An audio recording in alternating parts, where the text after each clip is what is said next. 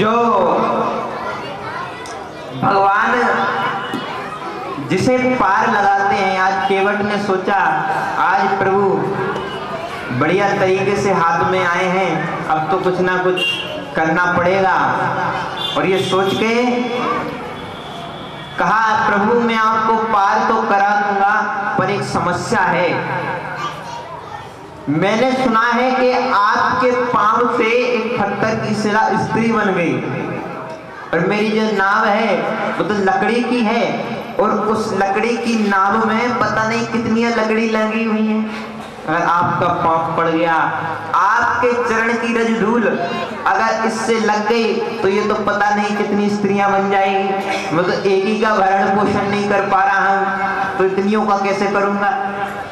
हे प्रभु, तो भगवान बोले तो उपाय क्या है, क्या कर सकते हैं? बोले एक ही उपाय है प्रभु, अगर आपके चरण मैं धुला दूं, उसके बाद में आप इस गंगा में पार करना।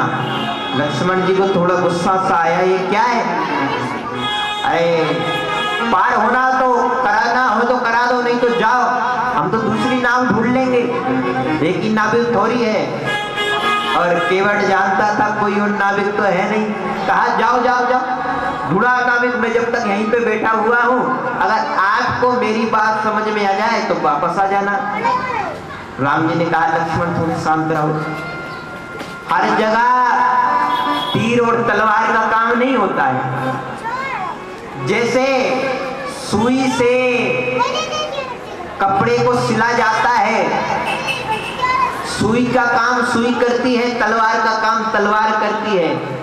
सुई की जगह पर तलवार का इस्तेमाल नहीं किया जा सकता। कोई सोचे चलो आज तो हम सुई की जगह तलवार से कपड़े सिलेंगे, तो क्या वो सिल पाएगा?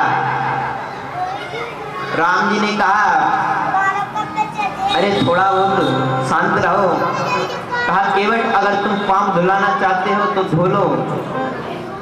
केवट ने भगवान के चरण पखारे, और भगवान का जैसे ही एक चरण धुलना पूरा हुआ, राम जी ने अपना चरण ऊपर किया तो थोड़ा बैलेंस बिगड़ा। केवट ने कहा प्रभु आप अपने दोनों हाथ मेरे सर पर रख दीजिए और आपके मैं चरण धोता हूं। और केवट ने भगवान के चरण धोए। इतना सौभाग्य प्राप्त हुआ, भगवान को नाव में बिठाया और बिठाकर ले गया। उतराई की कहा, क्योंकि नाव में बेटा है तो कुछ तो उतराई देनी पड़ेगी। कहा प्रभु ने कहा केवट हम तुम्हें उतराई देना चाहते हैं।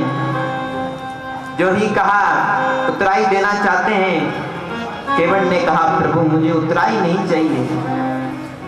जो जन्म जन्म में पुण्य करने पर जो फल प्राप्त होता है, आपके चरण स्पर्श का फल तो मुझे प्राप्त हो गया, इससे बढ़िया मुझे मेरे लिए कुछ नहीं है। और भगवान केवट पे कृपा करके आगे चले हैं, और आगे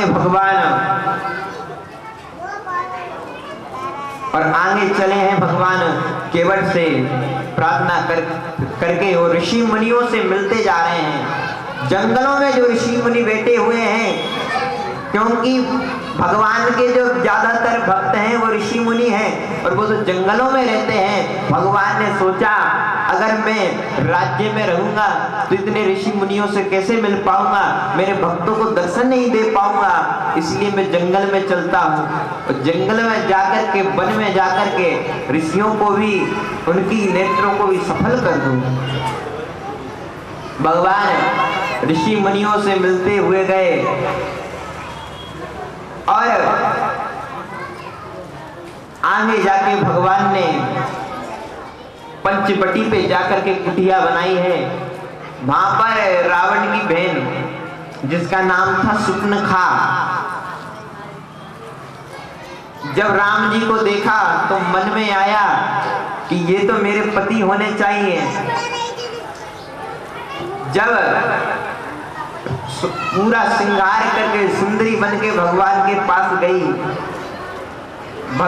पास गई और भगवान से कहा प्रभु मैं आपसे विवाह करना चाहती हूँ। भगवान ने कहा, देखिए देवी, हमारा तो विवाह हो चुका है, हमारा वो भाई है ना, वो कुंवारा है, उसके पास जाइए। सुपनखा लक्ष्मण जी के पास गई। भगवान ने झूठ क्यों बोला? देखिए, सुपनखा है, उसकी भी शादी हो सकी है, उसका भी पति है,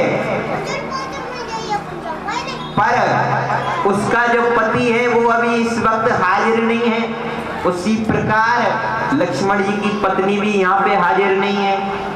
जब सुपनखा झूठ बोल सकती है तो भगवान ने भी सोचा, जैसे इनका पति नहीं है, इनकी पत्नी नहीं है, ये कुंवारी कह रही है, इसकी शादी नहीं हुई, उस हिसाब से तो लक्ष्मण जी भी कुंवारे हैं। तो उस हिसाब से भगवान ने कहा, हमारे भाई हैं, वो कुंवारे हैं, उनके साथ आप विवाह कीजिए। सुपनखा लक्ष्मण जी के पास आई। लक्ष्मण जी ने कहा, हम भैया की आज्ञा के बिना कुछ नहीं करते, अगर भैया आज्ञा दे दें तो ही हम कुछ करेंगे। सुपनखा दौड़े दौड़े राम जी के पास गई। राम जी ने कहा, किसी की मर्जी हम पर क्यों निर्भर हो? विवाह तो बहुत बड़ी चीज है, दो व्यक्तियों के मिलन है, और जब इस प्रकार कहा तो सुपनखा कभी इधर जाती कभी उधर जाती, उसे गुस्सा आ गया। ये सारा कार्य इस स्त्री की वजह से हो रहा है। वो दौड़ करके सीता जी की तरफ झपटी। यहीं पर लक्ष्मण जी बैठे हुए थे। लक्ष्मण जी ने अपनी तलवार निकाली और उसके नाक कान काट दिए। सुपनखा दौड़ी दौड़ी अपने भाई के पास गई, रावण के पास, और बोली, भैया भैया, मेरे साथ मेरी नाक कान काट दिए, ये घटना हुई। रावण ने पूछा, अरे पगली, तू गई क्यों थी? सुपनखा ने कहा, भैया मैंने सोचा उनके पास एक बड़ी उनके साथ स्त्री थी, मैंने सोचा ये तो मेरी भाभी बनने के लायक है, इसलिए मैं उनसे बात करने क्या गई, उन्होंने तो मेरी नाक कान काट दिए। रावण ने लीला रची। मारीच को इतने में खरदूषण नाम के उसके भाई आए, भगवान ने उन्हें भी मार डाला। अंत में रावण ने छल का कोशिश की, छल करने की। मारीच से कहा, मारीच तुम सोने के मृग बन के जाना और राम और लक्ष्मण को दूर पहुंचा देना, और मैं सीता का अपहरण कर लूंगा। मारीच ने सोचा, अगर मैं इसका कार्य करता हूं तो प्रभु का अपमान होगा, प्रभु से मैं विश्वासघात करूंगा, और अगर मैं इसका कार्य नहीं करता हूं तो ये मुझे मार डालेगा, और प्रभु का कार्य करता हूं तो प्रभु मुझे मार डालेंगे। इस दुष्ट के हाथों मरने से क्या है, मैं तो भगवान के हाथों मरूंगा, जिससे मेरा उद्धार होगा। मारीच सोने का मृग बन के गया, और ये प्रभु को भी माया ने छीन लिया। हम सोचते हैं सोने में ही सब कुछ है, सोने में सुख है, सोने में सुख नहीं है। अगर सोने में सुख होता, तनिक से सुख के लिए हम बड़े दुख को आफत देते हैं। सीता जी ने तो तनिक सा सुख सोचा कि इस मृग की छाल अगर हमें मिल जाएगी तो हमारी वन की निशानी हो जाएगी। हम 14 वर्ष के वन में गए तो हमारे पास ये निशानी रह जाएगी, 14 वर्ष की निशानी रह जाएगी, और हम बताएंगे देखो हम वन में गए थे तो हमें सोने का मृग मिला। जैसे आप कहीं घूमने जाते हो तो आप कुछ ना कुछ निशानी के लिए लाते हो। सीता जी ने देखा कि सोने का मृग है, राम जी को पहुंचाया। राम जी तो जानते थे सोने का मृग हो नहीं सकता। मारीच ने जो ही भगवान ने बाण चलाया, मारीच ने आवाज निकाली, हे सीते, हे लक्ष्मण बचाओ। सीता जी को बड़ी व्याकुलता हुई, हे राम, हे लक्ष्मण तुम जाओ, राम संकट में है। लक्ष्मण जी ने एक रेखा खींची और कहा, माँ आप इस रेखा को पार ना करें जब तक मैं आ जाऊंगा। जब लक्ष्मण जी लकड़ियां चुनने जाते थे उस समय भगवान ने सीता से कहा, सीते वो समय आ गया है जब हमारी लीला करने का समय आ गया है, आप एक काम कीजिए, क्योंकि रावण असली सीता को तो ले जा नहीं सकता, इतनी उसमें सामर्थ्य नहीं है।